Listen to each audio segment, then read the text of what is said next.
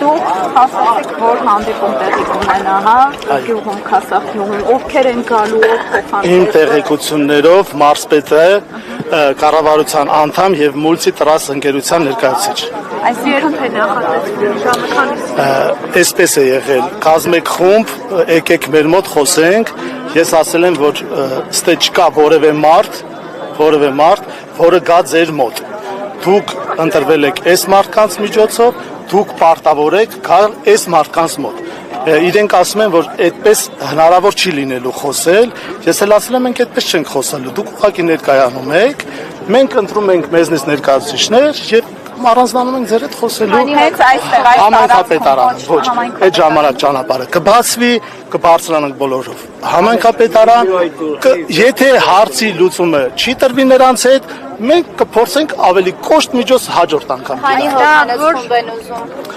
Նրանք չեն պարտադրում թիվ, ես կարծում եմ մի 2-3, որ ժխոր չլինի, հասկանանք իրար մի 2-3։ Դա երբ է նախատեսում, քանի որ 15 րոպեից մեկնարկում է կառավարության հերթական նիստը եւ մարզպետը պարտավոր է ներկա գտնվել կառավարության նիստին կամ պետք է մինչեւ այս լիներ կամ նիստից հետո, որը մոտ 1 ժամ։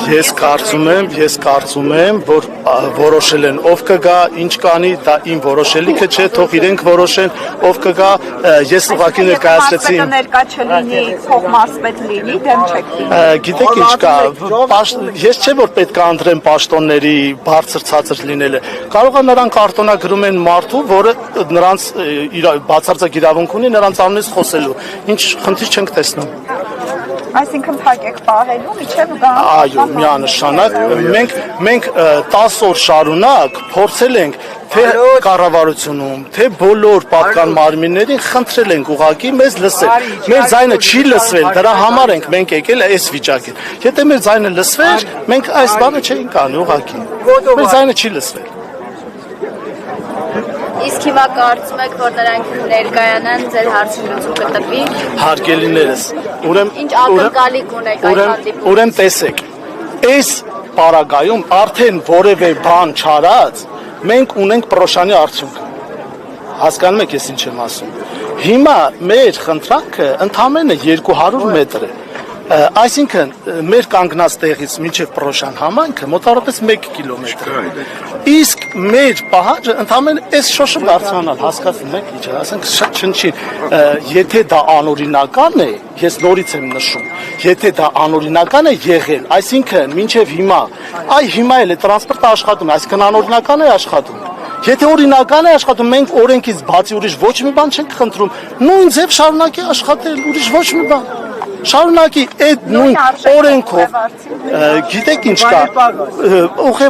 ուղևորցը ֆիքսված է տրանսպորտային միջոցին, ոնց կարելի առանձնացնել, ասենք Քասախ համայնքը ոնց են ճոգելու ինքը, որ համայնքից է, ինչքան պետք է։ Չէ, հիմա ուզում եք 200 դրամ, չէ, նկատի ունենք 150։ Որ տրանսպորտի մասին եք դուք խոսում, ես չունեմ նման տվյալ։ Որը որ գալու է փոխարինի։ Մուլտի տրանսպորտի մասին չենք խոսում, այս բանին խոսում ենք Երևան ՓԲ տրանսպորտի մասին։ Երևան տրանսպորտի մասին։ Մենք դրա մասին ենք խոսում։ Իսկ ինչ վերաբերվում է մուլտի տրաս ընկերությանը, մենք դենք չէ, ոչ թե 200 դրամ, թող սարքեն 500 դրամ, 800 դրամ, 1500 դրամ, 100 դրամ։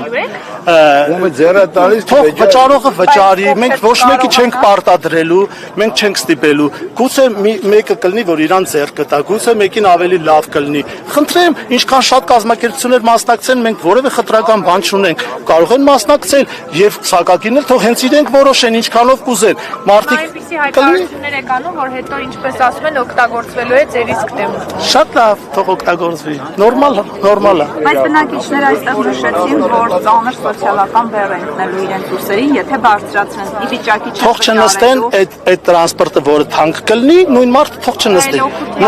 Նստի այն տրանսպորտը, որը էժան կլինի։ Բնակարանքը մեծամասնություն, այսինքն մի րոպե։ Ես նշում եմ, մենք պահանջում ենք մեր 59 համարի տրանսպորտային միջոցը երթևեկել մեր մոտ։ Դրանից հետո ինչ կգործի,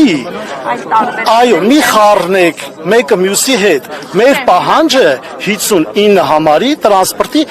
լիարժեք գործելը, ոնց որ նախկինում է գործել, նորից շարունակի գործել։ Նրանից հետո ինչքան տրանսպորտ կգա, դա ավելի Բայց լավ կարծես թե հենց կառավարությունը այդ տարբերակը չի ընդունում, որովհետև եթե պիտի օրինակ 59 համարի տրանսպորտը գործի էլ մուլտի գրանտ ասեցիք, այդ մուլտի տրանս ընկերությունը ինչի է գալիս տենդեր հայտարարում, նորից տրանսպորտ բերում, եթե օրինակ ինքը շահույթ պիտի չունենա։ Նշանակում է իրենց օգուտը չեն կարողանա։ Ես կարծում եմ ձեր հարցը ինձ չէ ուղղված։ Ձեր հարցը ուղղեք մուլտի տրանս ընկերությանը։ Շնորհակալ։ Քանի որ